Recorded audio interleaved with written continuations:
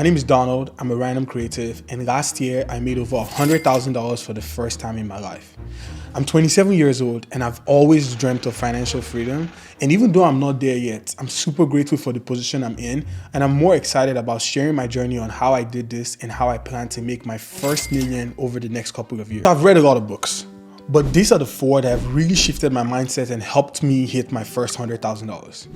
Now, I don't think these books are going to translate to you making $100,000, but I think they're definitely a way to refresh and open your mind to a new, fresh perspective, which is very important. The first book on my list is The Personal MBA, Master the Art of Business by Josh Kaufman. I've been an entrepreneur for all my life, and this book has become like my personal business Bible.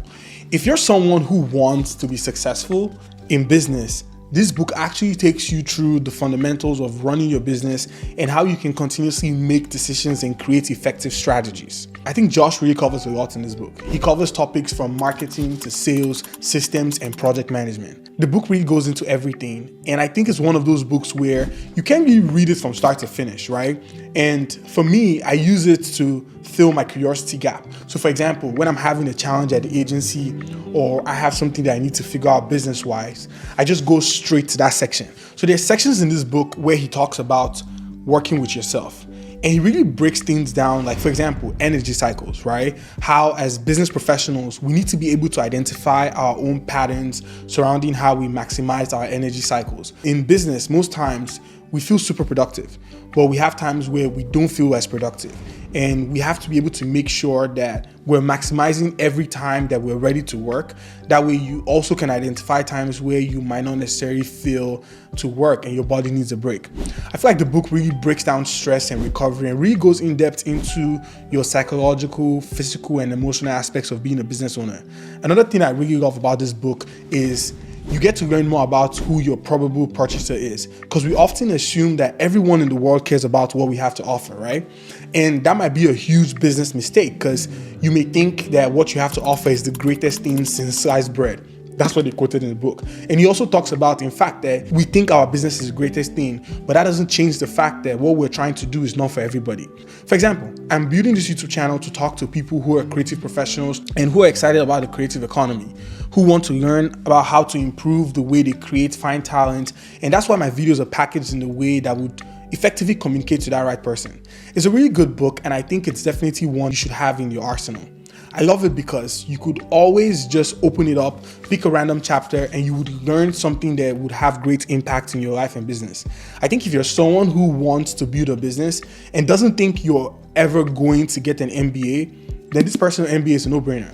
It cost about $30. I don't think I paid up $30. I think I paid like $15 for it. It will be one of the best investments that you've ever made, because this is a book that definitely helped me raise my income by a lot. And before I go on to the next book, I just want to say thank you for watching to this point.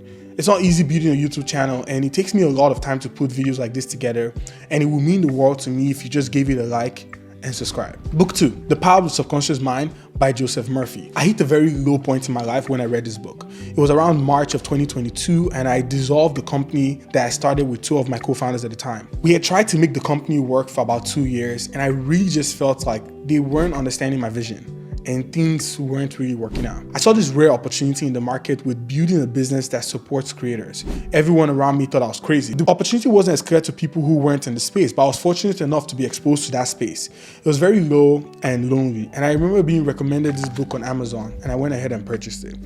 And the book emphasizes the power of positive thinking and visualizing the success that you want. It helps you understand what and how the subconscious mind works and how you can use it to overcome challenges and fears. The author, Joseph Murphy, breaks the book down using a lot of very good examples and stories. It all comes down to belief. If you believe that you are going to be successful, then you're going to be successful. He told a story about a man who had cancer and believed that his cancer was cured, and his cancer was cured. Because he wants us to understand that whatever your conscious mind assumes and believes to be true, your subconscious mind will accept and bring to pass. Because if you believe in good fortune, divine guidance, and all the blessings of life, then they're going to come to you. I'm very fortunate to be around people and work with a lot of successful people. And I have to tell you that they have this level of delusion that success is for them and they're successful. There's absolutely no level of doubt, fear, just belief. Another good technique is the visualization technique, understanding that the easiest and most obvious way to formulate an idea is to visualize it, because any picture that you have in your mind is best understood when clear. And lastly, my favorite chapter about this book is how he uses the subconscious mind for forgiveness, because I was at a really low point, but what I was really doing was punishing myself. And he explains that we have to learn how to forgive ourselves, because that's the first step.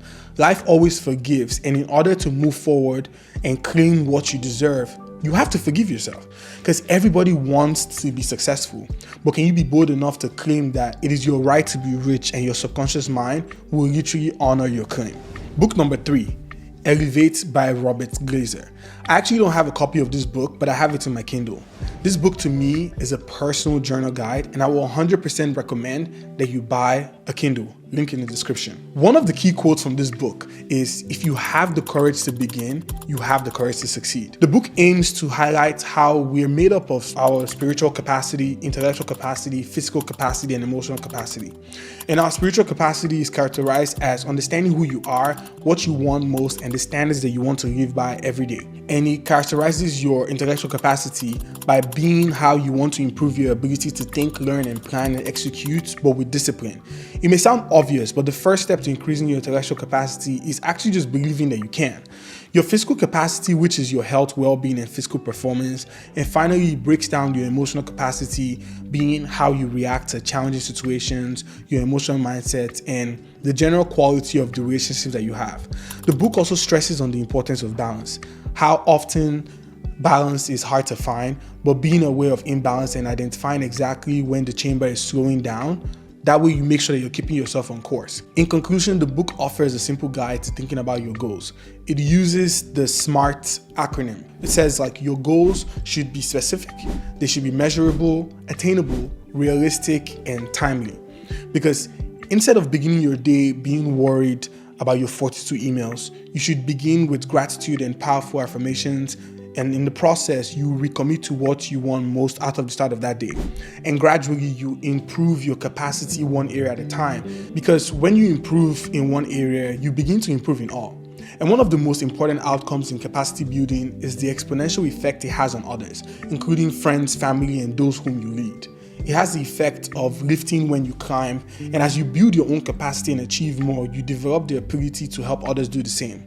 It's really hard to explain what it feels like when you have both clarity and permission to be who you are and who you have always wanted to be. It's also about putting yourself first, because that's something most of us don't do, right? But in order for you to do that, you need to be your best self for those around you. And if you don't put yourself first, then everyone experiences a suboptimal version of you, which in turn doesn't really make you feel great. The 4th book, 101 Things I Learned in Film School by Neil Landau with Matthew Frederick. I absolutely love this book. I graduated from the New York Film Academy 4 years ago. This book was a graduation gift from a friend of mine. The book offers practical tips and techniques for making films. And even though it's a book about film, I think there's a strong connection that is applicable to making money and being successful. An example is this sentence: a flawed protagonist is more compelling than a perfect protagonist. I want you to sit to that for a little bit. Think about being an entrepreneur, being a creative professional. Because in movies, if you realize, flawed protagonists are people who are the good guys, right? But what we really love about it is we know that they mean good, but we know they're not perfect, right? It's more compelling in a story than a perfect protagonist. And I love this point in this book because you can apply this to a lot of things, right? You can apply this to your career. Do you want to be perfect or do you want to be flawed when putting yourself out there? What do you think people are going to gravitate towards? These are some of the things that I learned from this book that I find really intriguing, even though it's not really a business book. Another one is show, don't tell. If you're thinking about your career, you need to stop telling people, you need to just show them. Show up. Another one is an actor entering through the door, you've got nothing. But if he enters through the window, you've got a situation. No one cares about the hero. They care about the hero's journey. So my take is, whether you're a creator or a business owner, if you're thinking about value and your story, it's important to document the process. And that's what I love about this book. In my career, I personally wished I did more by documenting. But I have no regrets because sometimes stories start late, but what matters is the fact that you start strong. I highly recommend this book because film school is expensive, and for less than $30, you probably will be getting the same knowledge without the experience, of course. Take it from me, I went to film school, I love the experience, I love the networking opportunities, but there's a lot of knowledge packed into this book. Please feel free to ask any more questions you want in the comments and connect with me in my DMs on Instagram. Thank you for staying to the end. I hope you enjoyed this video. I hope you give it a like. I hope you subscribe. I'll see you next time. And if you enjoyed this video, I have a video right here on how YouTube changed my life with less than 500 subscribers right here. I think you're gonna like it, and I'll see you in the next video.